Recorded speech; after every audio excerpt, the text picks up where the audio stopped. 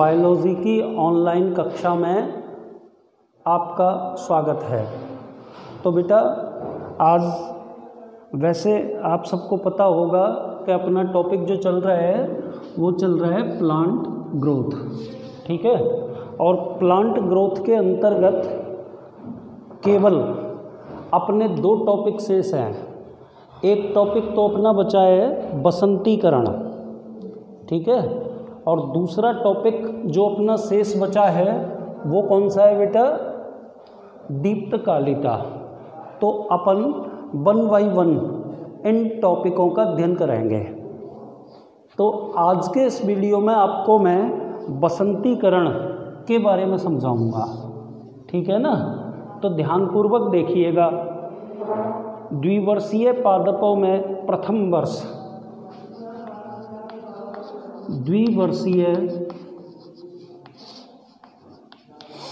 पादपों में प्रथम वर्ष केवल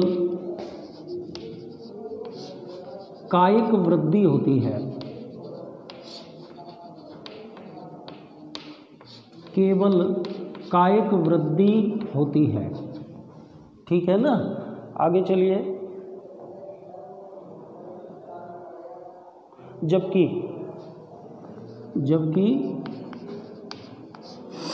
दूसरे वर्ष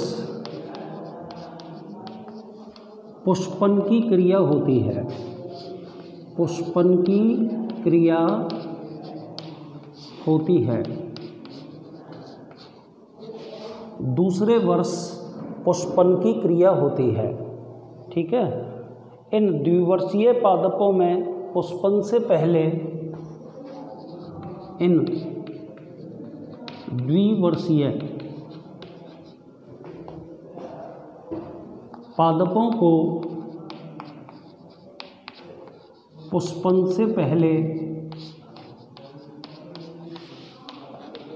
शीत ऋतु के कम तापमान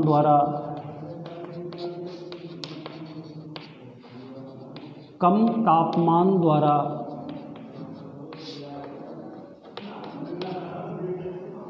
उपचारित किया जाता है।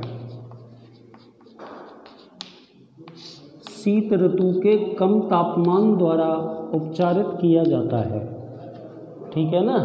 आगे चलिए।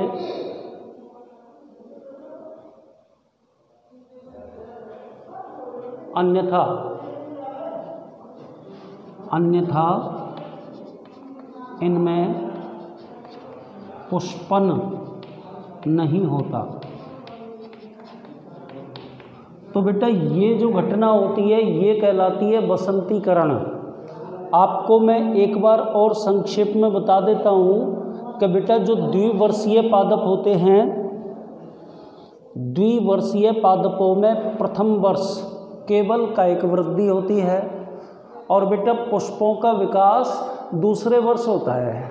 लेकिन बेटा इन द्विवर्षीय पादपों को पुष्पन से पूर्व शीत ऋतु के कम तापमान द्वारा उपचारित किया जाता है, अन्यथा इन पादपों में पुष्पन की क्रिया नहीं हो पाती है। तो बेटा आप क्या बोलेंगे बसंतीकरण की परिभाषा? द्विवर्षीय पादपों में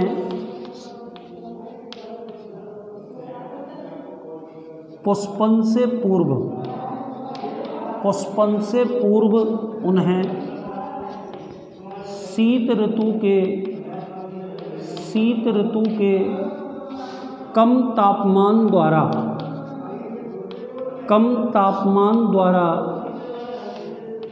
उपचारित किया जाना बसंतीकरण कहलाता है। तो बेटा ये मैंने आपके सामने ब्लैक बोर्ड पे बसंतीकरण की परिभाषा लिख दी। अतः पादपों में शीतोपचार द्वारा पुष्पन प्रेरित करने की प्रक्रिया, ठीक है। दोबारा कह देता हूँ, पादपों में शीतोपचार द्वारा पुष्पन प्रेरित करने की प्रक्रिया बसंतीकरण कहलाती है। एक बार आप सभी बोर्ड पर देख लीजिए मैंने क्या लिखा है।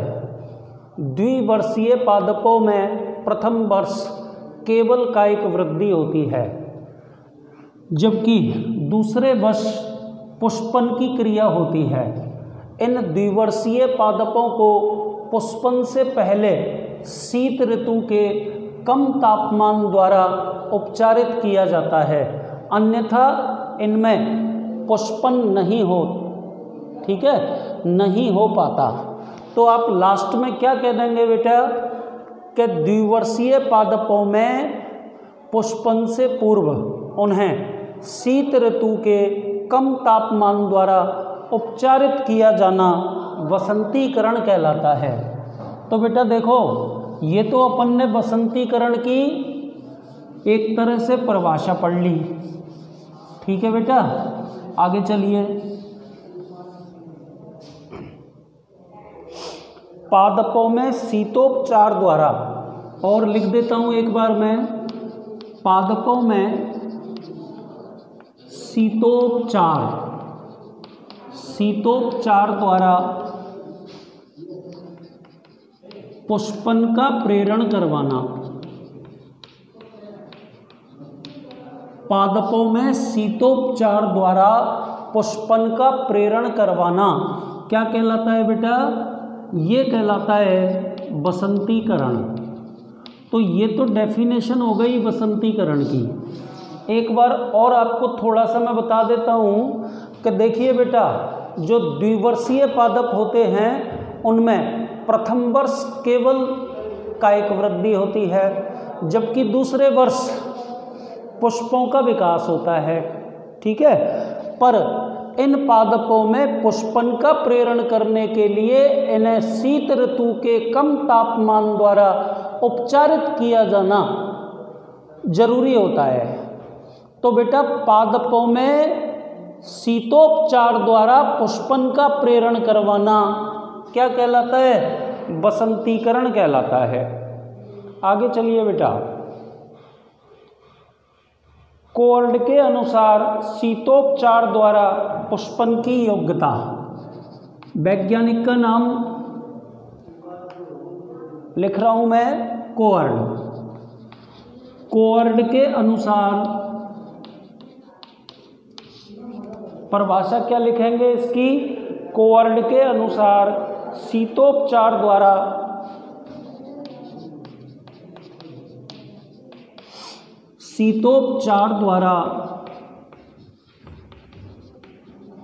पुष्पन की योग्यता, शीतोपचार द्वारा पुष्पन की योग्यता, पुष्पन की योग्यता के उपार्जन को, पुष्पन की योग्यता के उपार्जन को वसंतीकरण कहते हैं। वसंतीकरण शब्द का सर्वप्रथम प्रयोग याद रखना पड़ेगा बेटा, कई बार कंपटीशनों में आ चुका है, लायसेनकोप। बसंतीकरण को अंग्रेजी में बोलते हैं बर्नेलाइजेशन, ठीक है ना। तो ये सारी बातें आपको याद रखनी पड़ेंगी। एक मिनट, जो मैंने बोर्ड पे लिखा है उसे बता देता हूँ। पादपों में शीतोपचार द्वारा पुष्पन का प्रेरण करना बसंतीकरण कहलाता है। कोवर्ड के अनुसार शीतोपचार द्वारा पुष्पन की योग्यता के उपार्जन को बसंतीकरण कहते हैं। बसंतीकरण शब्द सर्वप्रथम लाइसेनकोप नामक वैज्ञानिक द्वारा दिया गया था। बसंतीकरण को अंग्रेजी में क्या बोलते हैं बेटा?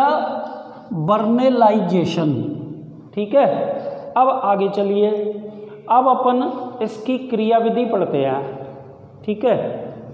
किसकी क्रियाविधि पढ़ रहे हैं? बसंतीकरण की क्रियाविधि। और बेटा बसंतीकरण की क्रियाविधि को अपन कुछ पॉइंट्स में पढ़ेंगे, ठीक है। तो 1 बाय 1 आपके सामने वो पॉइंट मैं लिख रहा हूँ। सबसे पहले बीजों को भिगोकर उन्हें, सबसे पहले बीजों को भिगोकर उन्हें अंकुरित होने के लिए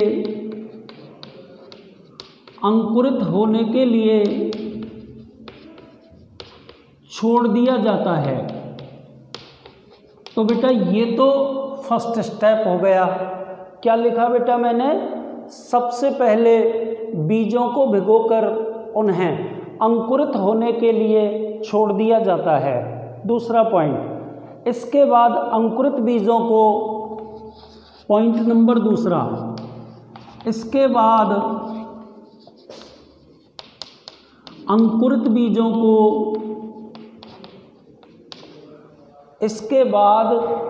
बीजों को कम तापक्रम 0 से 5 डिग्री सेंटीग्रेड, कम तापक्रम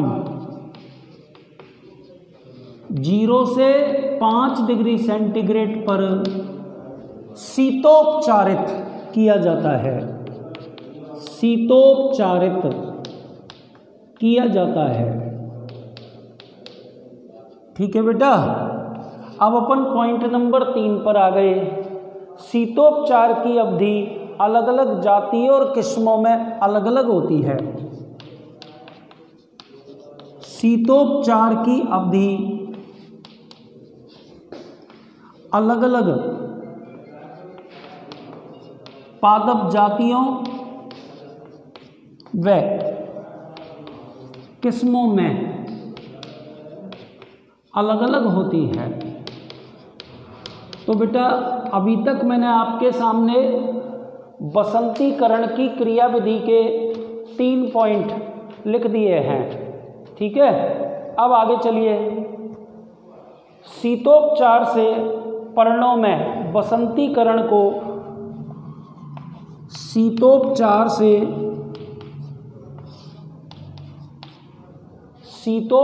से पर्णों में बसंतीकरण को नियंत्रित करने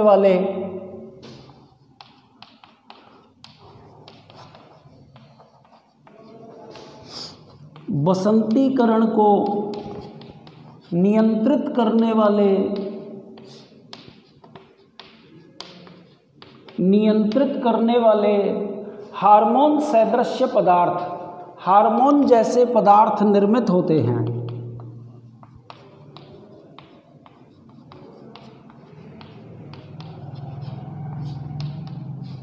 हार्मोन जैसे पदार्थ निर्मित होते हैं शीतोपचार के कारण। ठीक है ना।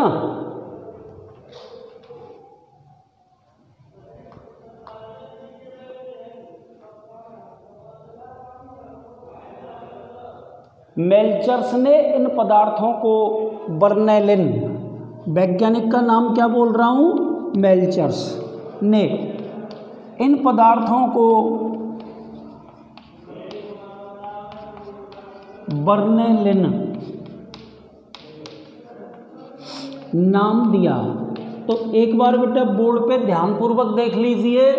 अपन ने स्टार्ट कर दी है बसंतीकरण की क्रियाविधि, वो आपको ध्यान से सुननी पड़ेगी। देखिए बेटा, बसंतीकरण की क्रियाविधि, सबसे पहले बीजों को भिगोकर उन्हें अंकुरित होने के लिए छोड़ दिया जाता है। दूसरे पॉइंट में मैंने लिखा है, इसके बाद अंकुरित बीजों को कम तापक्रम कितना है, 0 डिग्री से 5 डिग्री सेंटीग्रेड पर शीतोपचारित किया जाता है। शीतोपचार की अवधि अलग अलग जातियों एवं किस्मों में अलग अलग होती है। आगे चलिए। शीतोपचार से पर्णों में बसंतीकरण की क्रिया को नियंत्रित करने वाले हार्मोन जैसे पदार्थ निर्मित होते हैं। मेल्चर्स ने इन पदार्थों को बर्नैलिन नाम दिया। लैग ने बर्नैलिन को फ्लोरीजन का पूर्वगामी बताया। किसने बेटा? लैग, वैज्ञानिक का नाम है। लैग ने बर्नैलिन को फ्लोरीजन का पूर्वगामी बताया। एक्चुअल में फ्लोरीजन वो हार्मोन सदृश पदार्थ है जो फ्लोरीजन वो हार्मोन सदृश पदार्थ है जो पादपों में पुष्पन का प्रेरण करने के लिए, पादपों को पुष्पन का प्रेरण करने के लिए प्रेरित करता है। ठीक है बेटा, आगे चलते हैं, पर उससे पहले आपको ये फ्लोरीजन का पूर्वगामी बता दिया, किसको? वर्नेलिन को। आपके क्या टॉपिक चल रहा है? क्रियाविधि। किसकी क्रियाविधि पढ़ रहे हैं अपन? बसंतीकरण की क्रियाविधि। आगे चलिए, देखो इसको अपन ऐसे भी लिख सकते हैं, शीतकालिक पादप कम तापक्रम, शीतकालिक पादप। तीर का निशान लगा दिया, तीर के निशान के ऊपर लिख दिया मैंने कम तापक्रम। ठीक है ना? और दूसरी साइड में मैंने लिखा वर्नेलिन, वर्नेलिन। और आपको बता चुके हैं कि वर्नेलिन का फ्लोरीजन का पूर्वगामी होता है, और फ्लोरीजन पादपों में पुष्पन का प्रेरण करने के लिए प्रेरित करता है। वर्नेलिन एवं फ्लोरीजन दोनों का ही पृथक्करण संभव नहीं हो पाया है। लिख देता हूं बेटा, वर्नेलिन व फ्लोरीजन दोनों का ही पृथक्करण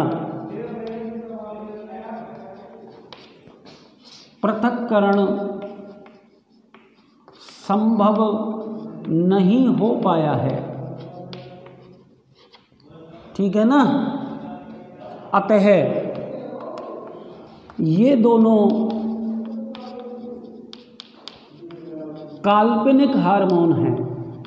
याद रखना पड़ेगा बेटा, काल्पनिक हार्मोन हैं। ठीक है ना? तो एक बात तो अपन ने ये ख़त्म कर ली। अब दो इम्पोर्टेंट पॉइंट मुझे इसी वसंतीकरण के अंतर्गत लिखने हैं। ठीक है? दोनों पॉइंटों को मैं आपके सामने लिख रहा हूँ। कौन कौन से दो पॉइंट लिखेंगे बेटा? बोर्ड पर देख लीजिए। शीत उपचार ग्राही अंग भ्रूण और विभजोतक हैं। शीत उपचार ग्राही अंग भ्रूण और विभजोतक ये हैं। ठीक है ना? और दूसरी बात आपको क्या याद रखनी है? बसंतीकृत बीजों अथवा पादपों को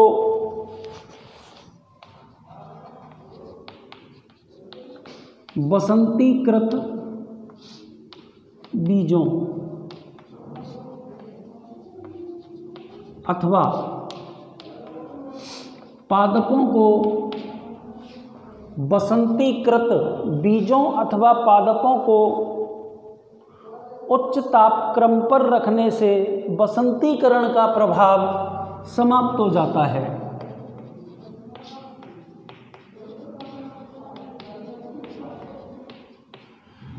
उच्च तापक्रम पर रखने से बसंतीकरण का प्रभाव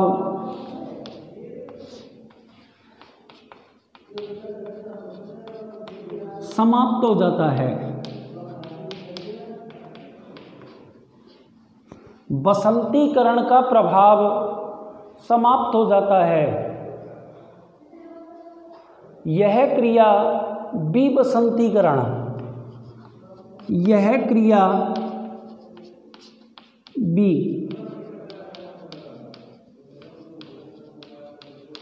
विबसंतीकरण कहलाती है।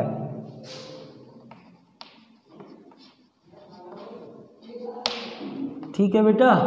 तो यहाँ आकर के अपना बसंतीकरण वाला पूरा टॉपिक ख़त्म हो जाता है। ठीक है, ये बोर्ड पर आपके सामने 2 पॉइंट लिखे हैं, ये दोनों के दोनों पॉइंट आपको एक बार मैं समझा रहा हूँ। देखिए, शीत उपचार ग्राही अंग कौन कौन से लिखे? भ्रूण और विभजोतक। और दूसरा पॉइंट क्या लिखा? बसंतीकृत बीजों अथवा पादपों को उच्च ताप क्रम पर रखने से बसंतीकरण का प्रभाव समाप्त हो जाता है और यह क्रिया विबसंतीकरण कहलाती है। ठीक है बेटा। तो यहाँ आकर के अपना पहला टॉपिक आज का ख़त्म हो जाता है। ठीक है ना। अब अपन स्टार्ट करते हैं दीप्तकालिता के बारे में, जो इस पाठ का अंतिम टॉपिक है। ठीक है, तो देखिए बेटा,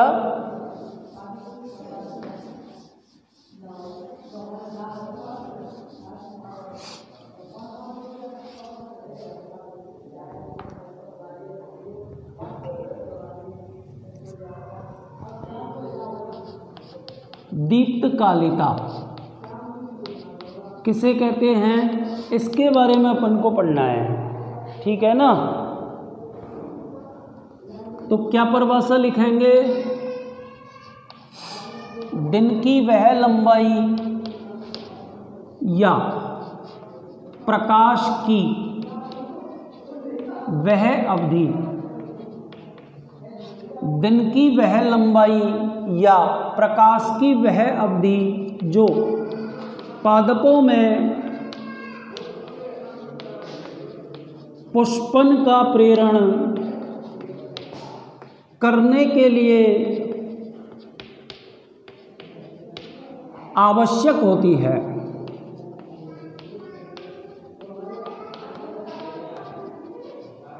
दीप्तकाल कहलाती है।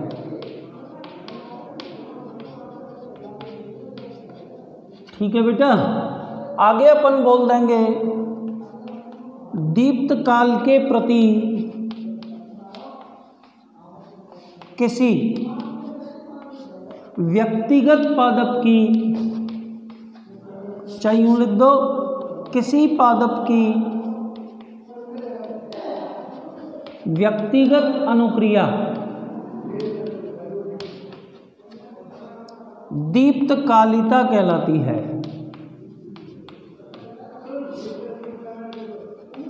और एक बात इसमें अपन बता देते हैं कि दीप्तकालिता की खोज गार्नर व एलार्ड नामक वैज्ञानिकों के द्वारा की गई थी। तो बेटा, ये मैंने आपके सामने दीप्तकालिता की परिभाषा लिख दी। और क्या लिखा है इस परिभाषा में कि दिन की वह लंबाई या प्रकाश की वह अवधि जो पादपों में पुष्पन का प्रेरण करने के लिए आवश्यक होती है, दीप्तकाल कहलाती है। एक बार दोबारा से सुन लीजिए, मैं वापस से आपको बता देता हूँ परिभाषा। दिन की वह लंबाई अथवा प्रकाश की वह अवधि जो पादपों में पुष्पन का प्रेरण करने के लिए आवश्यक होती है, दीप्तकाल कहलाती है। और क्या बोलेंगे बेटा? दीप्तकाल के प्रति किसी पादप की व्यक्तिगत अनुक्रिया दीप्तकालिता कहलाती है। तो बेटा, दीप्तकाल और दीप्तकालिता के बारे में बता दिया। आगे इसमें अपन पढ़ेंगे दीप्तकालिता की खोज गार्नर और एलार्ड नामक वैज्ञानिकों द्वारा की गई। गार्नर और एलार्ड। नेक्स्ट वीडियो में अपन पढ़ेंगे कि बेटा, दीप्तकाल के आधार पर पादपों को 3 प्रकारों में बांटा जाता है। कौन कौन से प्रकार पढ़ेंगे?